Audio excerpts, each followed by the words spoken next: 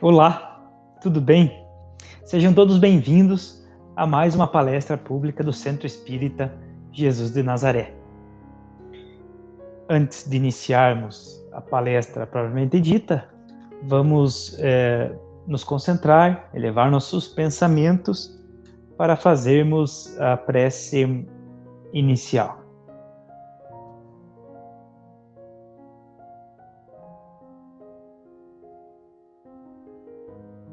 Bondoso Deus, querido Pai, Deus de misericórdia, Deus de amor, Deus de infinita bondade. Somos imensamente gratos, meu Deus, pela oportunidade de estarmos encarnados na Terra, neste exato momento, cercado das pessoas às quais necessitamos estar acompanhados. Com o auxílio do Divino Amigo e Mestre Jesus, temos andado na senda do progresso, por muitas vezes nos desviando da rota inicialmente traçada. Pedimos dessa forma o auxílio do Mestre Jesus e de todos os benfeitores espirituais que nos cercam, a fim de que consigam incutir em nós a intuição necessária para as melhores tomadas de decisão, para a elevação dos pensamentos e, deste modo, a escolha das boas companhias espirituais. Pedimos por aqueles irmãos infelizes que ainda vivem nas sombras das dores, das aflições, dos remorsos, que possam encontrar a misericórdia divina, ser amparados na medida das suas necessidades, e assim caminharemos juntos na grande família universal rumo ao mundo de regeneração. Fiquem conosco, amigos, durante este momento, nos intuindo, nos abençoando e nos iluminando.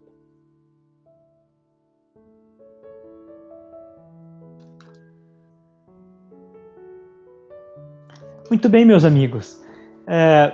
O tema da palestra de hoje, o título da palestra de hoje, na verdade, como vocês podem observar aí, é Fidelidade a Deus.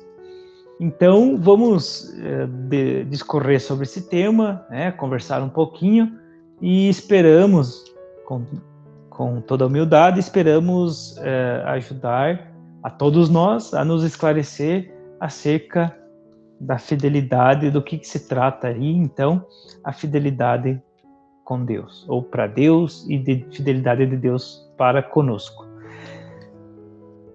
Primeiramente, vamos apenas fazer os esclarecimentos, alguns esclarecimentos corriqueiros que talvez vocês já tenham ouvido a gente falar nessa questão, mas é sempre importante revermos conceitos e assim entendermos melhor, as palavras do Mestre Jesus ditas há tanto tempo e que a gente sempre tem alguma dificuldade aí para trazer aos dias atuais.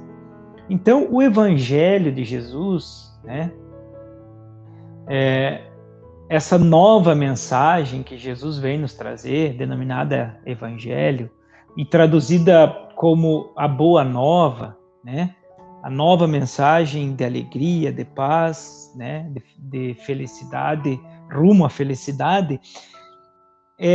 Então, essa palavra de Jesus, ela vem nos trazer muitas coisas novas, como o próprio nome já diz, a Boa Nova. uma das coisas que Jesus frequentemente fala com os seus discípulos, né, nas suas palestras e praças públicas e tudo mais, é do chamado reino de Deus. Então, por muitas vezes a gente vê Jesus falando sobre o reino de Deus, sobre o reino dos céus, sobre a casa do Pai. Então, entendemos que todos esses termos são sinônimos. E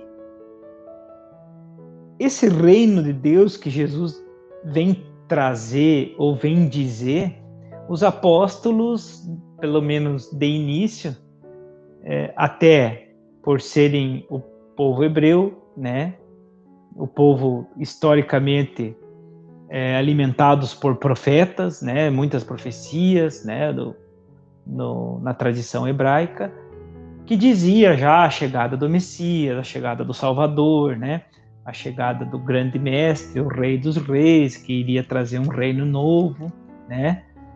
E aí Jesus então vem falar para a população da época e daquele local sobre o reino dos céus, o reino de Deus ou a casa do Pai. Então a gente, primeira coisa, a primeira lição, digamos assim, é que a gente já vai tratar tudo isso como sinônimo, né? Então, essas três características que Jesus fala amplamente. Entretanto, como eu acabei citando rapidamente ali, os hebreus, eles esperavam, até mesmo porque estavam sob o domínio de Roma, e grandemente feridos assim no seu amor próprio, no seu orgulho, né, de povo tradicional, povo que se libertou da opressão dos egípcios, né, da escravidão do Egito. Então, um povo muito tradicional nas tradições hebraicas, né, dos patriarcas da nação, estavam naquele momento subjugados pelo domínio do Império Romano. Então, o povo hebreu esperava esse rei dos exércitos, né, trazendo e implantando um reino, né, onde os hebreus iriam ter o domínio absoluto, né? Então, eles estavam naquela espera ali do rei dos exércitos que traria o domínio sobre todos os povos. E, de acordo com os hebreus, todo mundo seria feliz para sempre daquele momento em diante, de acordo com esse entendimento das profecias, né? Entretanto, Jesus, com o passar do tempo, né, alguns se decepcionaram com Jesus no sentido de que ele não veio trazer esse reino esperado daquela forma. Então, o reino de Deus, nós temos que entender ele, primeiramente, como deixa eu só pegar aqui.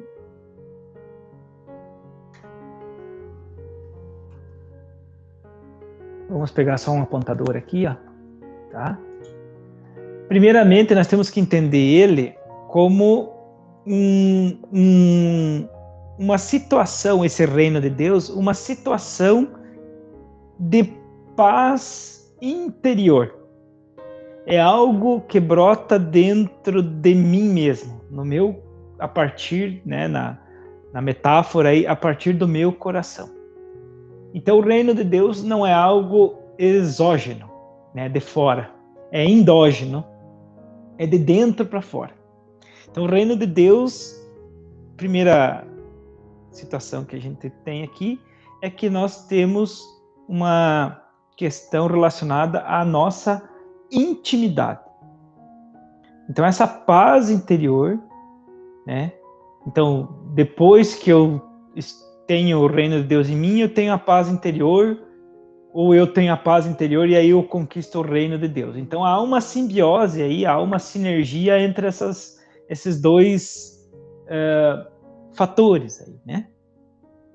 E como eu havia também já dito anteriormente, ele acaba sendo um estado de plenitude íntima, das quais as forças e as situações exteriores, elas me afetam, mas não a ponto de me desequilibrar. Eu vivo no mundo, né, como diz Jesus, mas não sou do mundo, ou não vivo para o mundo. Estou no mundo, mas não sou do mundo. Então, essa plenitude íntima, né, conquistada com essa paz interior, é um efeito do reino de Deus, ou o reino dos céus, a casa do Pai. E Jesus vem trazer uma mensagem que quebra um paradigma muito grande na tradição hebraica. Porque Deus, que era um soberano Senhor, e o povo basicamente era o servo de Deus, Deus era o rei, né, e o povo eram os súditos, e Deus era então o rei dos exércitos, que combatia o inimigo lá fora. Então esse era o Deus que a gente encontra, né, fortemente no Velho Testamento. Jesus vem trazer uma mensagem mais elaborada, mais sofisticada, né, condizente já com a capacidade do povo de entender que Deus é um Pai. Opa, aqui. Deus é um Pai e é um Pai amoroso. E isso, de certa forma, leva um tempo para o povo hebreu conseguir entender tudo isso aí, né? Os discípulos e principalmente no início ali os apóstolos que estão mais convivendo na intimidade de Jesus.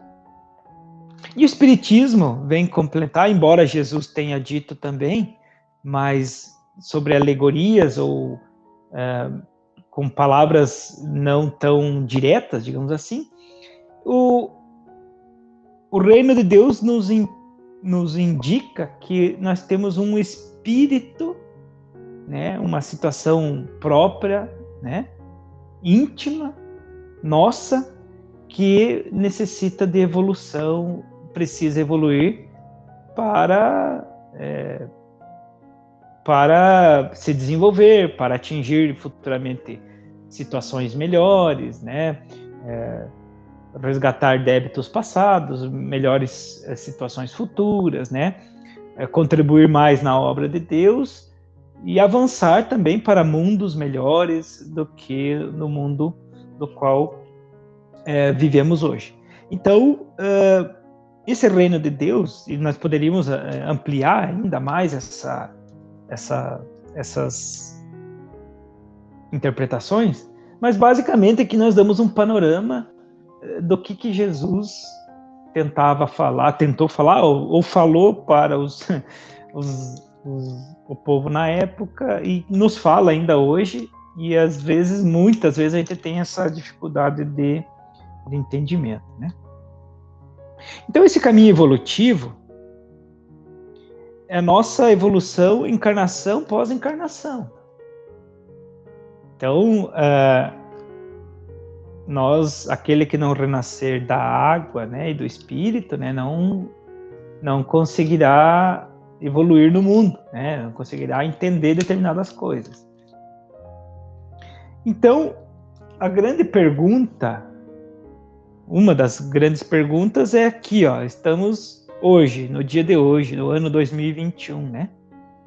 Nós vivemos hoje colhendo semeaduras passadas, né? A gente está fazendo alguma colheita e fazendo novas plantações para o futuro, né? Numa alegoria bem característica aí, né? Plantar e colher ou causa e efeito.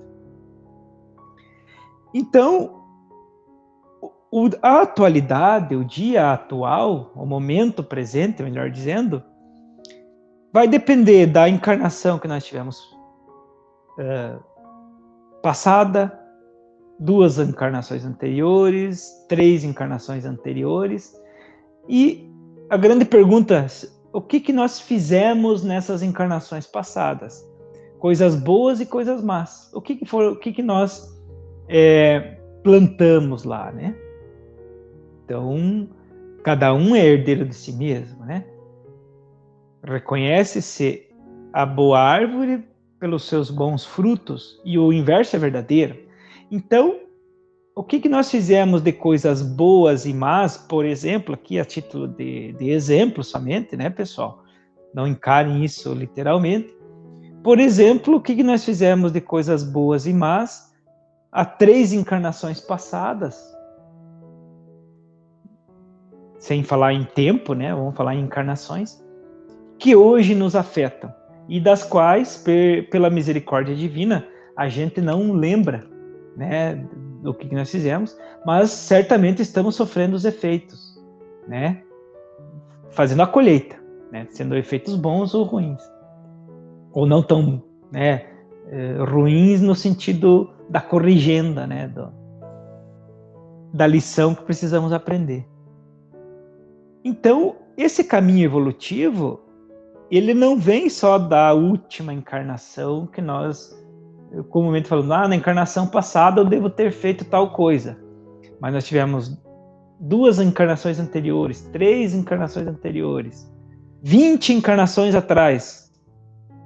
Veja, eu não estou falando 20 anos, nem 20 séculos, estou falando 20 encarnações. Ah, mas será que eu encarnei tudo isso já? Sem sombra de dúvidas.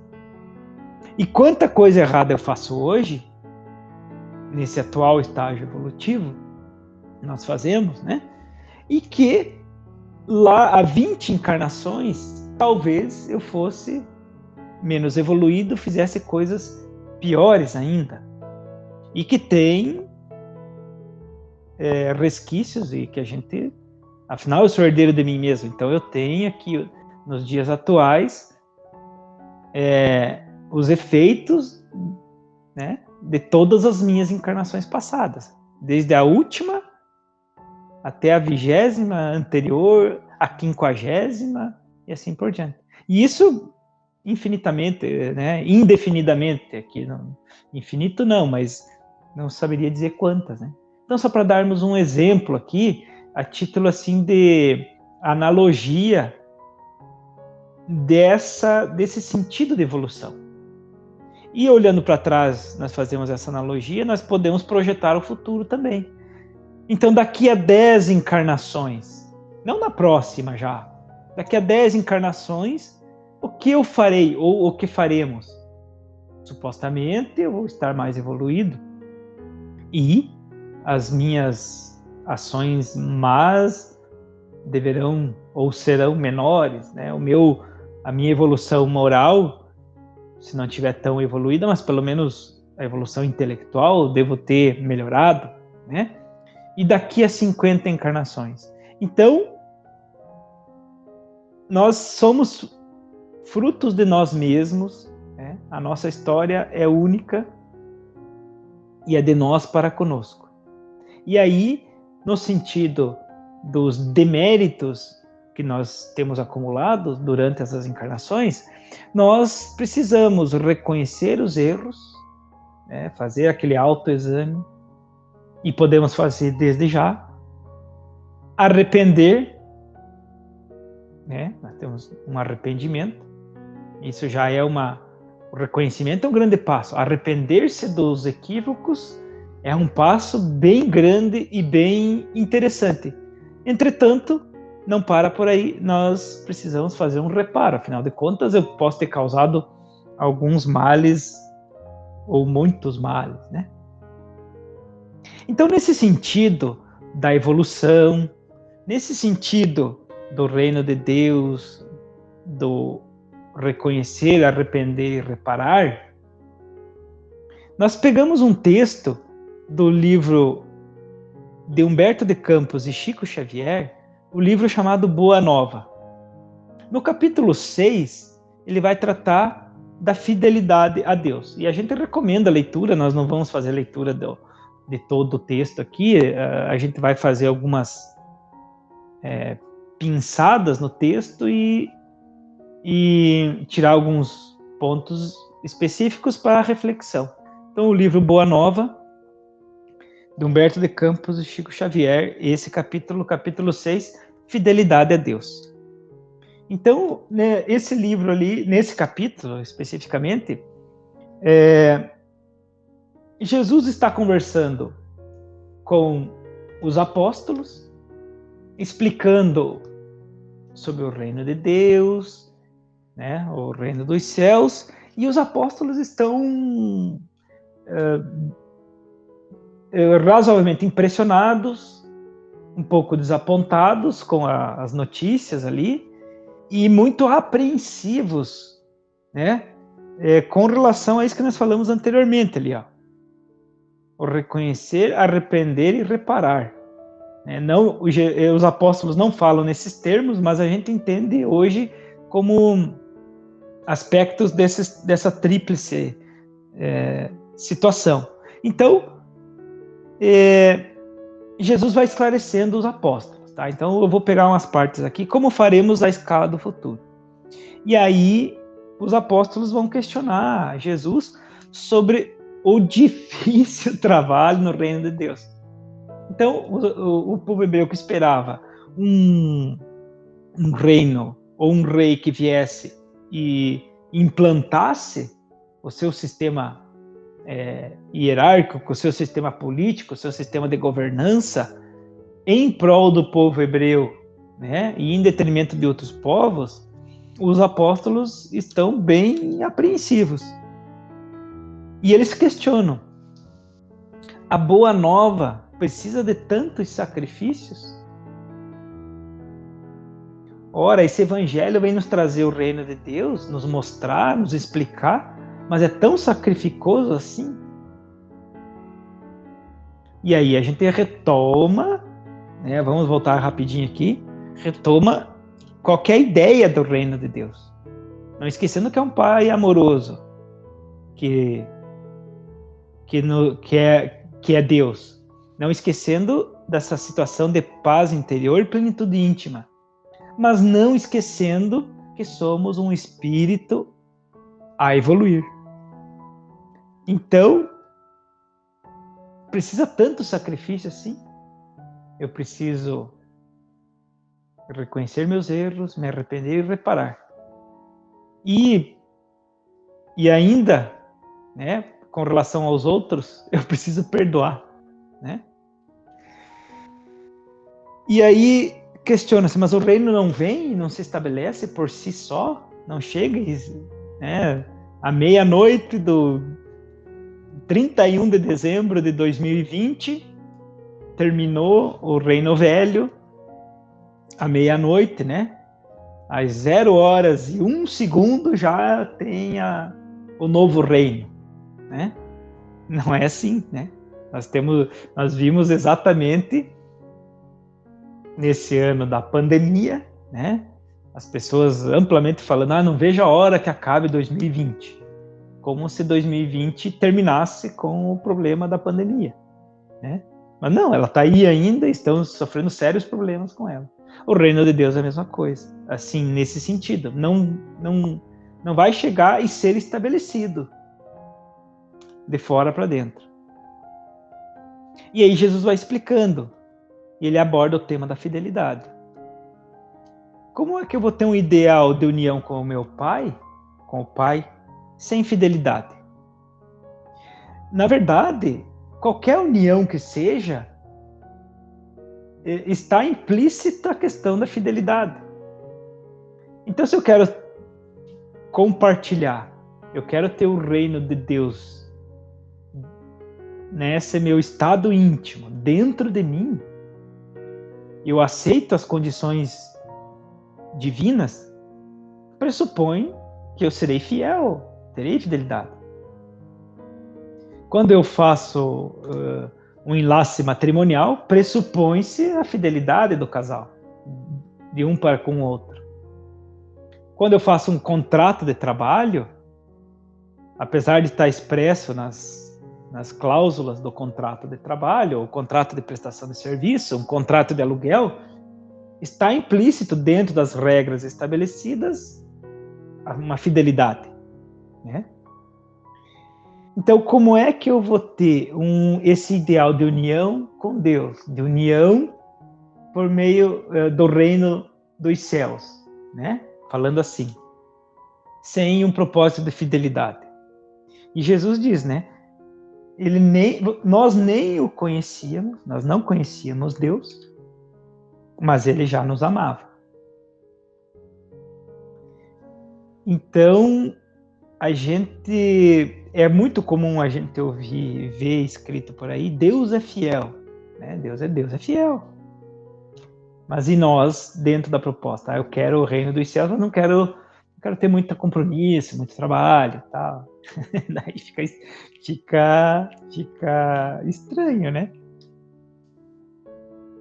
E o preço, então os apóstolos, eles estão incomodados com a questão, puxa vida, mas isso aí vai ser difícil, eu vou ter que pagar entre aspas, né, não um preço em dinheiro, mas um alto preço pessoal, né, para ter essa fidelidade para com Deus. E aí Jesus pergunta, mas e a fidelidade que você deve ao mundo, quando você não está no mundo somente, mas você acaba você é do mundo, né? Qual o preço que o mundo te cobra? Não é um preço alto também? Vejam ali, quais as dores íntimas que o vaidoso e o avarento possuem?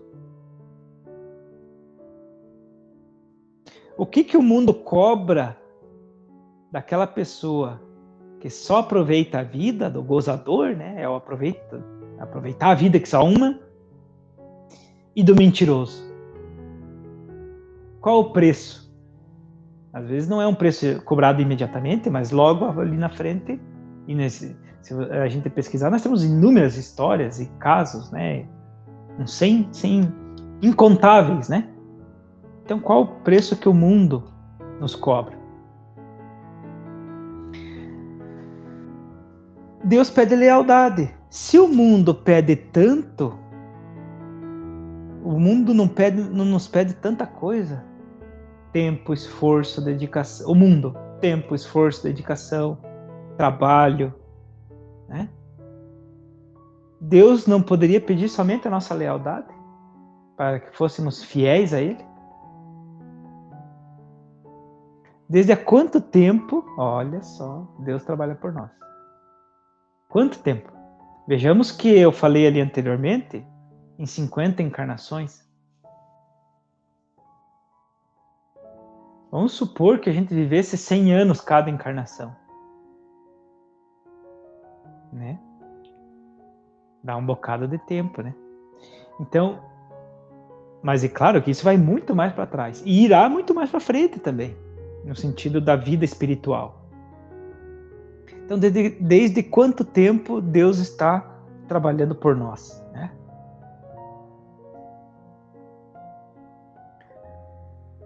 O mundo está repleto daqueles que compreendem a proteção divina somente nos períodos de tranquilidade e nos triunfos. Então, Deus me abençoou passei no concurso, né? Graças a Deus. Graças a Deus comprei minha casa. Graças a Deus consegui o emprego. Então, beleza, ser fiel a Deus. Embora, assim, há muitas pessoas que nem sequer fazem conta de agradecer a Deus essas dádivas, essas bênçãos e essas graças, mas todas materiais, mas de qualquer forma é uma permissão de Deus. Muito menos ainda é aquela reconhecimento da providência divina durante alguns momentos de dificuldade, ou nos momentos de dificuldade. Então, o mundo, de novo, está repleto daqueles que compreendem a proteção divina somente nos períodos de tranquilidade e nos triunfos. E vide, ano 2020, vide pandemia. Quanta gente falando que é desesperada, desamparada, né? Caindo aí à beira do próximo até mesmo ao suicídio. É lógico que todos temos problemas, enfrentamentos. temos dificuldades, umas dificuldades maiores, outras muito maiores, né? Nunca devemos desprezar, né, a dor da outra pessoa, porque dentro daquele contexto pode ser a pior coisa que esteja acontecendo a ela. Mas não devemos ser desleais, né? Devemos lembrar que a providência divina atua em todos os momentos, em todos os lugares e com todos nós. E Pai, Deus é Pai. Né? Tem até, acho que uma música que diz que Deus é Pai, não é padrasto. Embora os hebreus esperassem o rei, né? Então, Deus é Pai. Agora, Jesus vem nos dizer o seguinte, ó, que é um Pai que Ele educa. Ele vem nos educar e não fazer concessões. Não é um Pai que concede, que faz concessões aos filhos. Ele vem educar.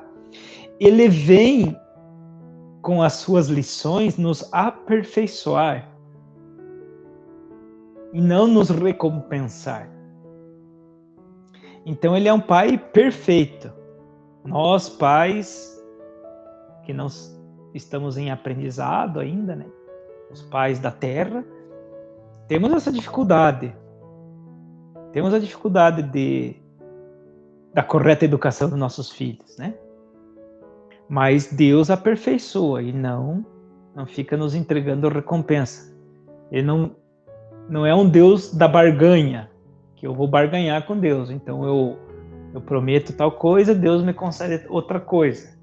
Não há essa recompensa. Deus está educando, te dando oportunidade de educação, de aperfeiçoamento, etc. Então, nossa batalha, nesse sentido, diz Jesus aos apóstolos, naquela conversa íntima com os apóstolos, nossa batalha é perseverante e sem trégua. É perseverante, não é desistente. Não é por um período e acabou. É sem tréguas. É durante a vida toda. Qual batalha? A batalha de nós para conosco mesmo. De nós para com o reino de Deus e nessa lealdade a Deus, nessa fidelidade a Deus, que de pouco em pouco, né, não é também assim do dia para a noite, como falei anteriormente, nós vamos ter o reino de Deus, essa plenitude íntima, né? E convenhamos, né? Há quantas encarnações nós estamos cometendo equívocos, vamos dizer assim, né? Então, não será numa única encarnação que a gente vai resolver todos os problemas que nós mesmos criamos no passado. Então, nós também temos que aceitar, ser leais à providência divina, que tudo ao seu tempo ocorre da melhor maneira possível.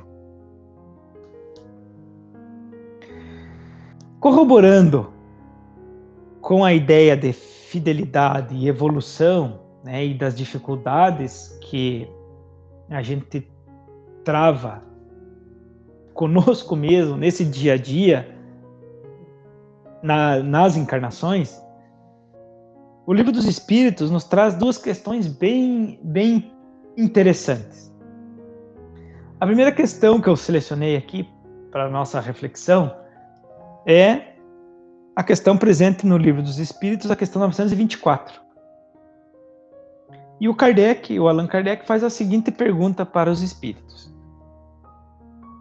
Há males, né? Então nós estamos falando das dificuldades, que nós somos herdeiros de nós mesmos, né? Há males que independem da maneira de proceder do homem, né, da pessoa, e que atingem mesmo os mais justos. Nenhum meio terá ele de os evitar, ou seja, tem coisas aparentemente que acontecem com as pessoas mais corretas, coisas ruins, né? Há males, esses males. Essas pessoas não têm meio de evitar esses males? Então o Kardec pergunta Só que ele faz a pergunta tendo em vista a encarnação atual.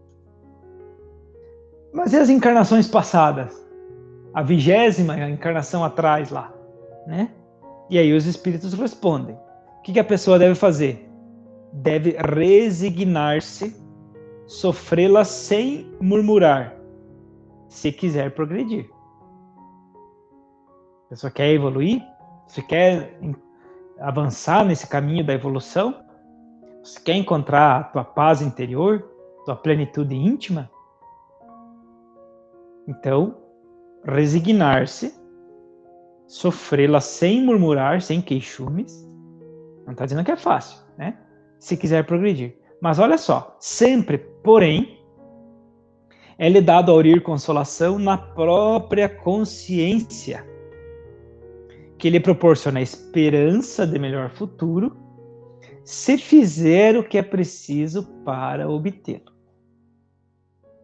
Então, esse é um dos grandes consolos que o Espiritismo vem nos trazer. Conhecendo a lei da encarnação, das reencarnações, das múltiplas existências, nós temos a esperança de um futuro melhor, um consolo para os meus males atuais, e sabendo que os males atuais, muito provavelmente, são frutos de um passado tenebroso e um passado próximo ou um passado remoto, e que um dia vem, digamos assim, fazer um ajuste, um acerto de contas, a chamada reparação que nós falamos ali. Mas também pode ser uma prova que eu decidi passar, né, durante o meu planejamento antes da encarnação atual. Eu pedi por uma prova, né, vamos fazer um teste, como o aluno na escola lá que quer ser aprovado, faz um exame lá para ver se está dentro, se está com os conhecimentos realmente adquiridos. Algo mais ou menos assim. E aí vamos avançando nessa senda do progresso, encarnação após encarnação. Meu Deus, mas é tanto tempo! Eu fico 70, 40, 50, 60, 100 anos. A longevidade hoje no planeta Terra está aumentando, né? Está próxima aí a média de idade do brasileiro, próxima dos 80 anos, entre 75 e 80 anos, está aumentando. É tanto tempo assim? Vou ter que esperar a próxima encarnação? Na verdade, não precisa esperar a próxima, né? Mas é um processo paulatino, gradativo. E o que é 100 anos em 1000? O que é 100 anos em 10.000? O que é 100 anos em 100.000 anos? 1 bilhão de anos? O que é? Não é nada. Não faz nem diferença nenhuma. E o que é 100 anos na eternidade? Então, nós somos espíritos imortais. Então, vamos progredir, né? Fazendo o nosso trabalho, mas também sem aquela ansiedade de resolver tudo para ontem. Vamos passo a passo, firmes, né? Firmes, fiéis e firmes. A questão 909 do Livro dos Espíritos é uma questão muito interessante que nos chama bastante atenção. Poderia o homem, então, a pessoa, pelos seus esforços, vencer as suas más inclinações, as suas más tendências, em outras palavras, vencer os seus defeitos? Né? Já que eu estou plantando agora para colher encarnações e encarnações lá na frente. E os espíritos respondem, sim. Pelos seus esforços, a pessoa pode vencer. E frequentemente fazendo esforço, olha, muito insignificante. Não é esforço insignificante, é esforço muito insignificante, né? O que lhes falta, entretanto, é a vontade. Eu gostaria de ser ter uma vida mais saudável. Será que eu gostaria mesmo? Falta é a vontade, a boa vontade. De má vontade o mundo está cheio, né? Quão poucos entre vós fazem esforços. Esforço. Então os apóstolos que estavam extremamente impressionados com a quantidade de... Lá eles falam em sacrifícios, né? Aqui a gente já pode trazer uma palavra mais moderna, né? Os esforços. Os primeiros cristãos, sim, eles tiveram muitos sacrifícios, né? Foram esfolados vivos, né? Assassinados, né? E tal. Então, isso não tem ocorrido mais na atualidade. Mas esforços ainda temos que fazer. De nós para conosco mesmo. Quão poucos entre vós fazem esforços. Olha só. Se fôssemos então trazer para uma linguagem mais cotidiana, mais moderna, eu proponho aqui, provisoriamente, né, vocês podem testar aí se encaixa, substituir a palavra fidelidade, né, numa linguagem mais contemporânea, que é muito utilizada essa linguagem nas empresas, nas corporações, né? Firmeza de propósito. Em vez de falar fidelidade, se você acha um termo muito evangélico, muito religioso, vamos trazer um termo mais moderno. Firmeza de propósito. Outro termo também é constância de propósito, né? Então essa fidelidade, essa firmeza de propósito. Eu me proponho aquilo e vou ficar firme nisso. Então fatos cotidianos que testam a nossa firmeza de propósito, que testam a nossa fidelidade a Deus, a proposta divina, a proposta de Deus. Então vamos ver alguns fatos familiares, apenas exemplos e retórico, cada um reflita, pense, né? Então, dentro da família, né, incompreensão acerca dos novos objetivos traçados. Então, eu tracei um objetivo de ser mais saudável agora a minha vida. E aí, minha família não compreende isso. Então, é um teste para mim. Eu resolvi, de agora em diante, frequentar as palestras espíritas, mas a minha família reprocha isso. E aí? É um teste. Ah, não, mas eles vão brigar muito comigo, vai ser um pandemônio dentro de casa, eu vou parar. Né?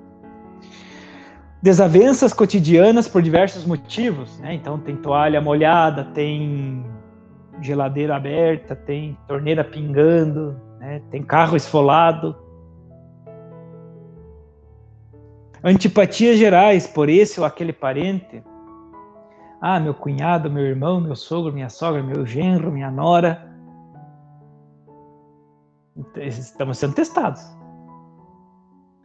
Na profissão, no trabalho, um chefe demasiadamente autoritário, um subordinado indisciplinado, colegas geradores de intriga, né?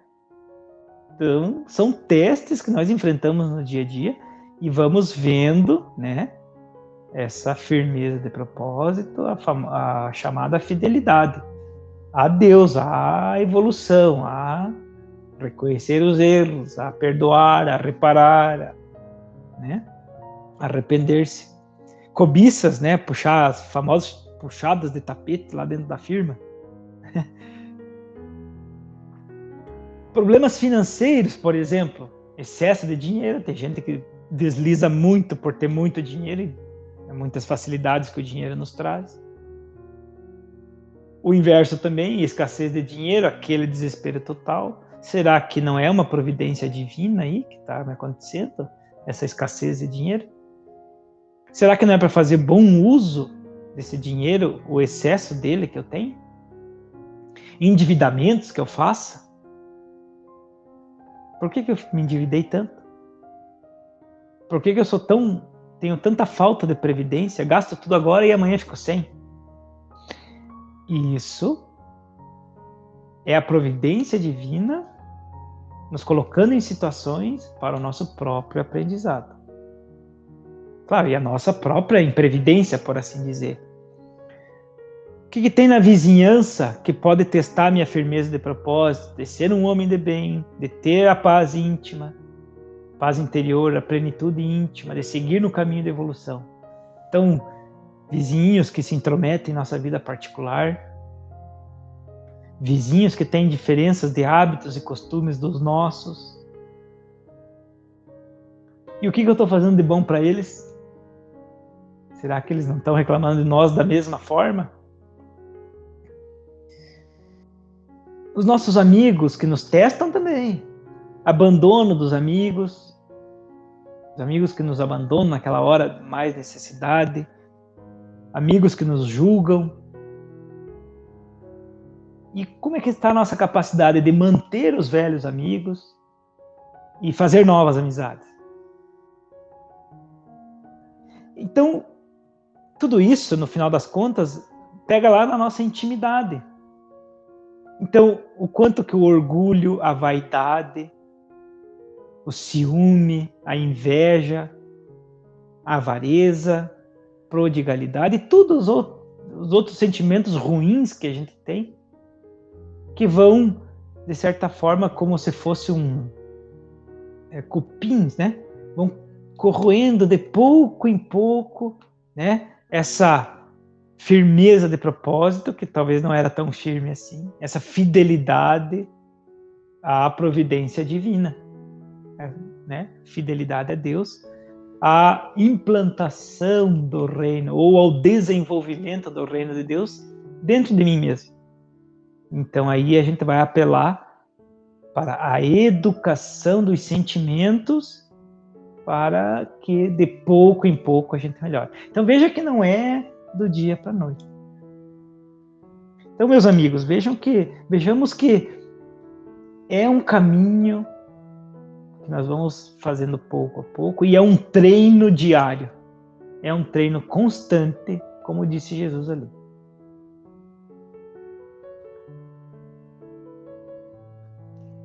Esse treino diário, esse treino constante, Jesus vai falar aos apóstolos, num trecho dessa passagem ali, e também já vamos nos encaminhando para o final da nossa exposição. Ele diz assim sobre o filho fiel, o filho com firmeza de propósito, em relação a Deus, né? A providência divina. Ele fala assim, ó, ele sabe, o filho, sabe que labora com muito esforço num grande campo, que é a propriedade de seu pai, que o observa com carinho e atenta com amor a seus trabalhos. Imaginemos que esse campo estivesse cheio de inimigos por toda parte, vermes asquerosos, víboras peçonhentas, tratos de terra improdutiva. É certo que as forças destruidoras reclamarão a indiferença e a submissão do Filho de Deus. Mas o filho de coração fiel a seu pai se lança ao trabalho com perseverança e boa vontade. Entrará em luta silenciosa com o meio, sofrer-lhe-ás os tormentos com heroísmo espiritual, por amor ao reino que traz no coração, plantará uma flor onde haja espinho, abrirá uma senda, embora estreita, onde estejam em confusão os parasitas da terra, cavará pacientemente buscando as entranhas do solo para que surja uma gota d'água onde queime um deserto.